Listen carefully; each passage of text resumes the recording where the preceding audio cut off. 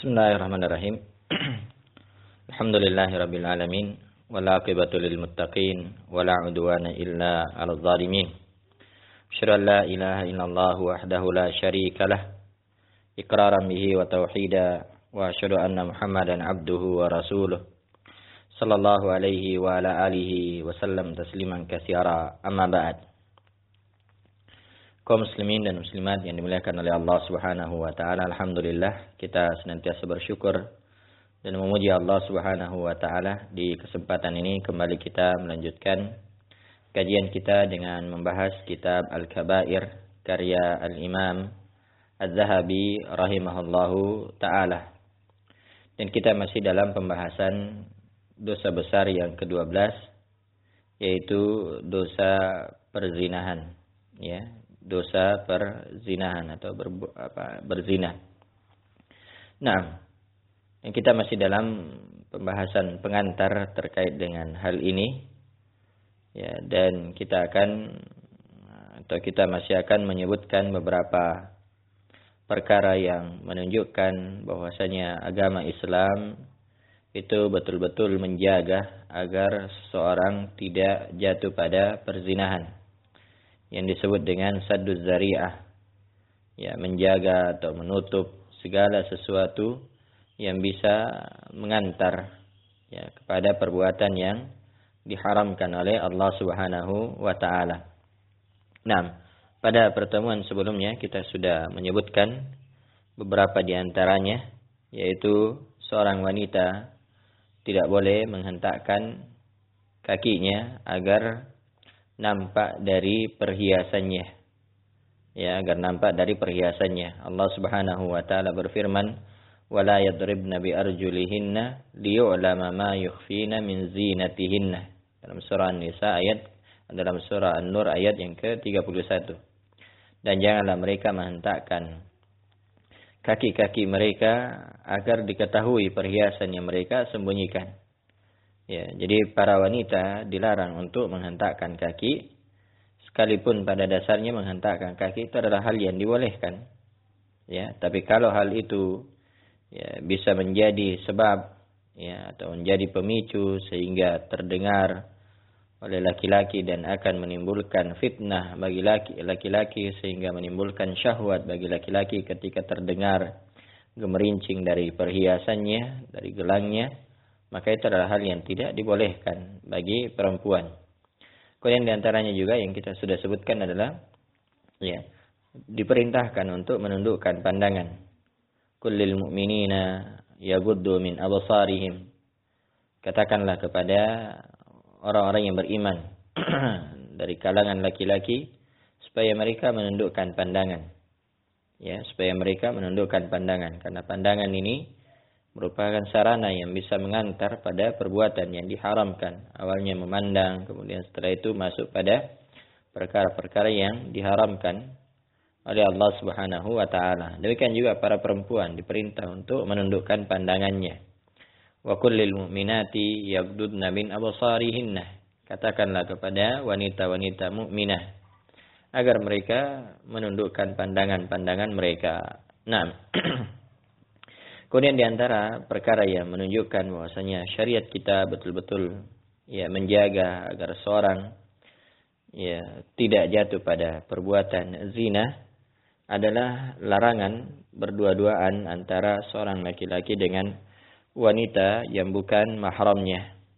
Ya, Rasulullah sallallahu alaihi wasallam bersabda, "La yakhluwanna rajulun bimra'atin illa wa ma'aha dzu mahramin." Tidak boleh, ya, atau janganlah seorang laki-laki, ya, berdua-duaan, berdua-duaan, ya, bersama dengan perempuan kecuali ada mahramnya. Ya, kecuali ada mahramnya. Karena itu di dalam syariat kita ada, ya, syariat nazar, melihat wanita yang akan dinikahi. Ya, jadi seorang laki-laki boleh melihat, ya, calon wanita yang akan calon istri yang akan dinikahinya atau wanita yang akan dinikahinya. Nah, tapi tak kala, ya, proses nazar ini, proses melihat ya itu harus disertai dengan mahramnya. Perempuan tersebut harus disertai dengan mahramnya. Entah itu ayahnya atau saudara laki-lakinya atau pamannya, harus ada mahramnya. Tidak boleh ya seorang laki-laki datang menazar ya tanpa disertai ya mahram dari perempuan tersebut. Iya. Demikian juga di antara hal yang menunjukkan bahwasanya syariat kita betul-betul menjaga agar seorang tidak ya jatuh pada perbuatan zina, yaitu larangan wanita melakukan perjalanan atau safar tanpa disertai dengan mahramnya. Ya, tanpa disertai dengan mahramnya.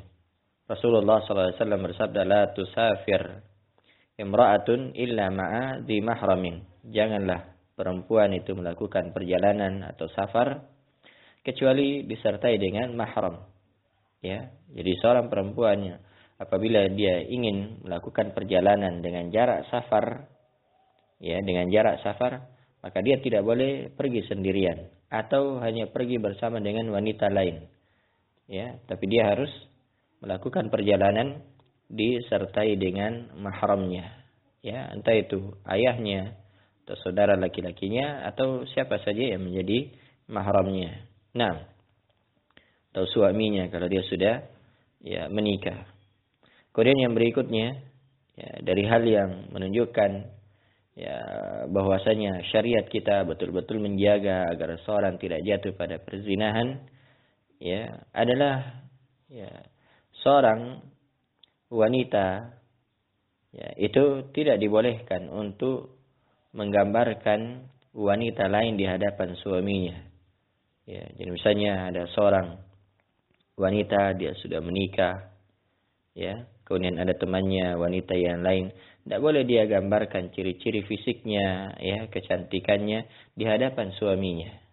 Ya, tidak boleh dia menceritakannya. Kenapa? Karena hal tersebut tak kala dia menceritakan ya keadaan fisik wanita tersebut di hadapan suaminya sehingga suaminya seolah-olah melihatnya atau dia membayangkan, maka ini ya, merupakan ya sebab-sebab yang menimbulkan syahwat, yang mendorong ya timbulnya syahwat yang akan ya menyebabkan seorang itu jatuh pada perbuatan dosa dan maksiat.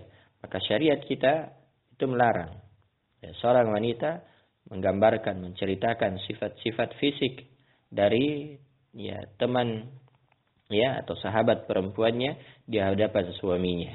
Ya, tidak boleh dia katakan teman saya cantik, tidak boleh dia mengatakan teman saya tinggi, begini, dan seterusnya. Dia ceritakan postur tubuhnya, ya ciri-ciri fisiknya. Maka ini adalah hal yang tidak dibolehkan. Rasulullah SAW bersabda, "La tubashir al-mar'atul mar'ah fatan'atuha li zawjiha ka'annahu yanzuru ilaiha." Ya, janganlah seorang perempuan bergaul dengan perempuan yang lain. Ya, fatan'atuha li zawjiha.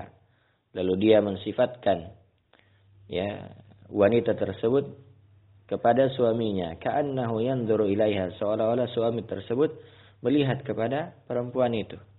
Ya, jadi di sini Nabi SAW melarang seorang wanita menceritakan ya sifat fisik wanita lain kepada suaminya, sehingga ya seolah-olah suaminya itu melihat wanita tersebut. Ini untuk apa? Ini untuk menutup sebab-sebab kemaksiatan, melindungi dari ya kerusakan yang bisa terjadi di dalam hatinya. Ya, karena namanya hati itu ya lemah, ya. Maka ya seorang hendaknya menjaga ya dirinya. Demikian juga ya ketika dia ceritakan ya sifat fisik wanita tersebut di hadapan suaminya, maka boleh jadi ada kecondongan kepadanya.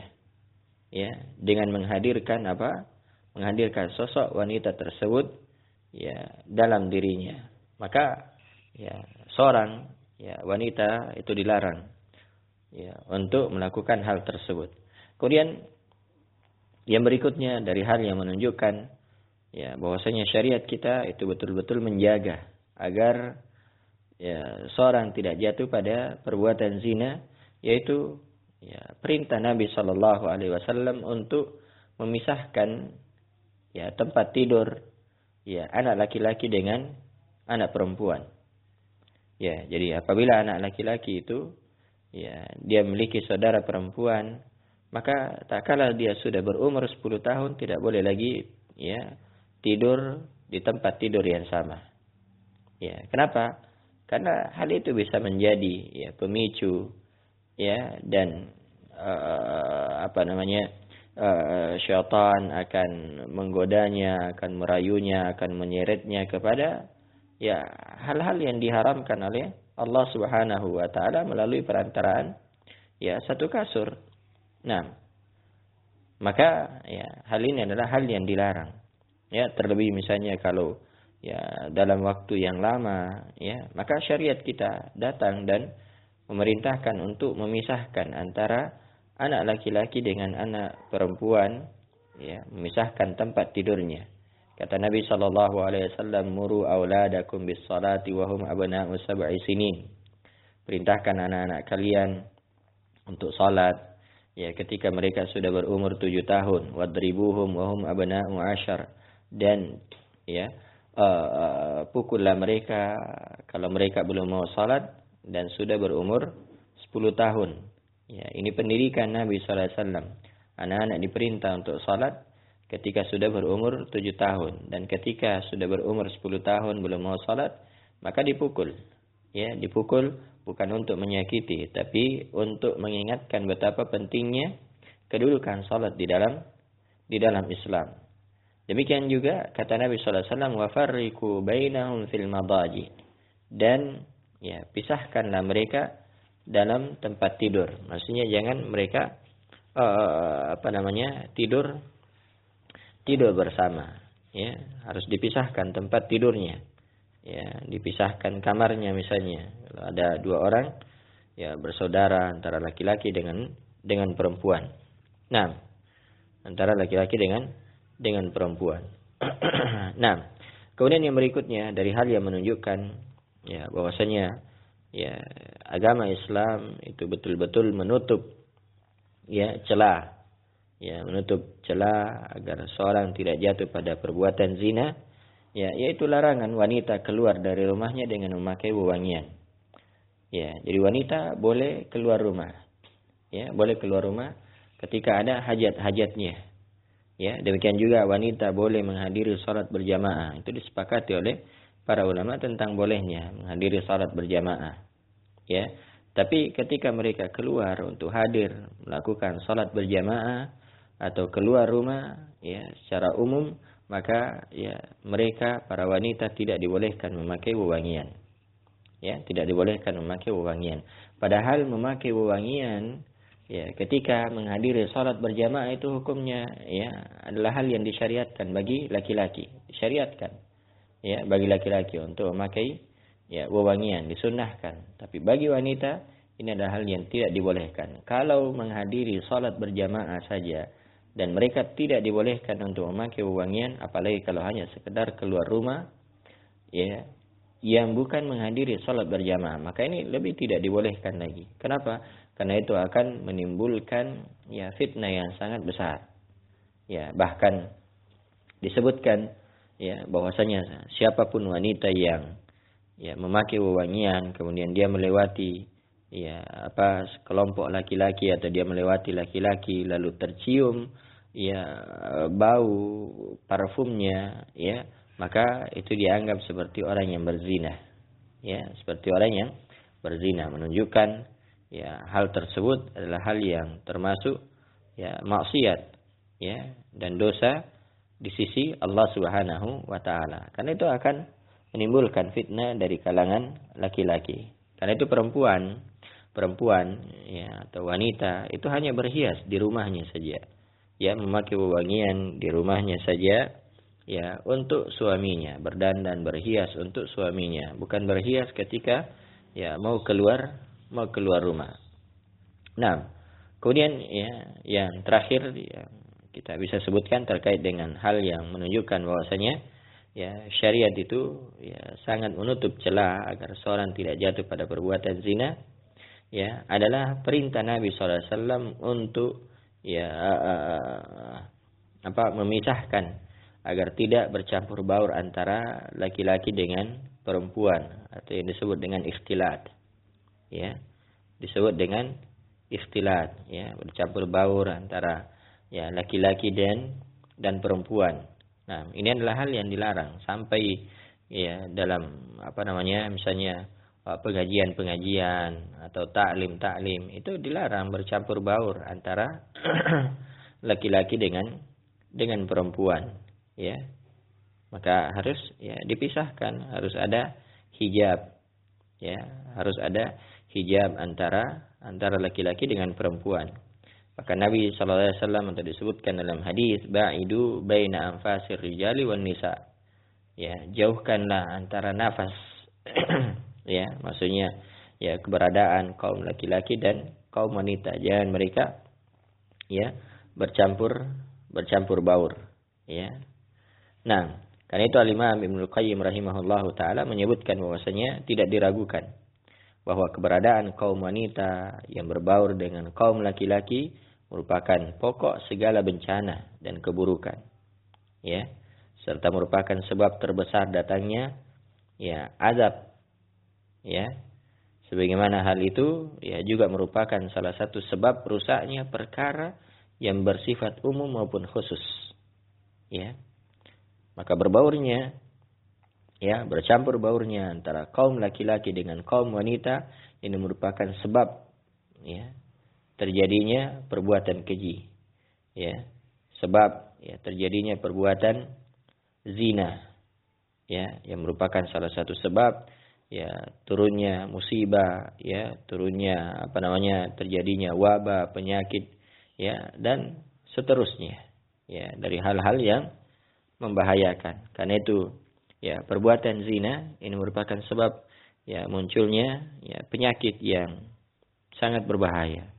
Ya, sampai dimaklumi bahwasanya ya sekarang ini ada penyakit ya yang belum ditemukan obatnya. Ya, belum ditemukan obatnya, yaitu ya HIV AIDS.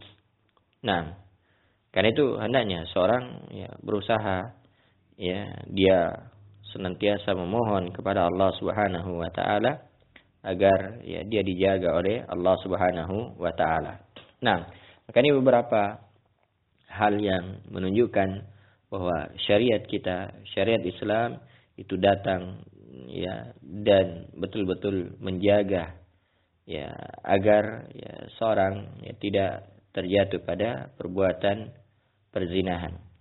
Kemudian kita baca sedikit ya ayat yang disebutkan oleh ya penulis rahimahullahu taala, ya, setelah beliau mengatakan ya az-zina wa ba'duhu akbaru isman min ba'din. Zina ya sebagian yang lain sebagiannya lebih besar dosanya daripada sebagian yang lain. Qala Allah Ta'ala, Allah Subhanahu wa taala berfirman, "Wa la taqrabuz zina."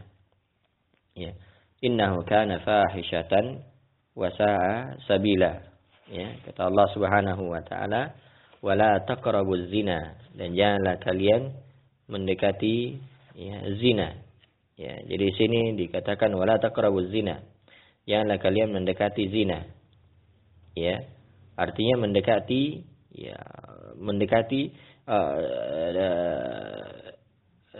artinya dilarang untuk melakukan atau mengerjakan sarana-sarana ya yang bisa mengantarkan pada perbuatan zina. Karena itu dalam ayat ini Allah Subhanahu wa taala tidak mengatakan ya jangan berzina, tapi dikatakan jangan mendekati zina. Artinya semua sarana yang bisa mengantarkan pada perbuatan zina itu adalah hal yang dilarang, ya, seperti berkhalwat, berdua-duaan, ya, antara laki-laki dengan perempuan, atau apa yang disebut dengan istilah di masa ini pacaran, ya, ini semua adalah hal yang tidak dibolehkan, ya, sebab itu adalah sarana yang bisa mengantar pada perbuatan zina. Innahu kana fahishatan wa sa'a sabila. Ya, sungguhnya zina itu merupakan perbuatan yang keji, ya, dan satu jalan yang sangat buruk, ya. Jadi perbuatan zina itu adalah perbuatan yang ya perbuatan yang sangat keji, ya, dan jalan yang sangat buruk, yang dengan sebab zina ini ya bisa menimbulkan penyakit ya dan ya bisa menyebabkan sehingga keturunan seorang itu tidak diketahui. Karena itu ya agama Islam menjaga menjaga nasab, menjaga keturunan. Bahkan dia merupakan salah satu dari ya 5 perkara yang harus dijaga, yaitu menjaga nasab dan keturunan. Karena itu dilarang ya seorang ya syariat kita melarang ya perbuatan zina ini. Nah, wallahu taala alam. Mungkin ini dulu yang bisa kita sebutkan. Insyaallah ayat-ayat dan hadis-hadis yang berikutnya yang disebutkan oleh penulis kita akan ya baca pada pertemuan yang akan datang dengan izin Allah Subhanahu wa taala. Subhanakallah bihamdik, asyhadu an la ilaha illa anta astaghfiruka wa atubu ilaik. Wa akhiru da'wana alhamdulillahi rabbil alamin.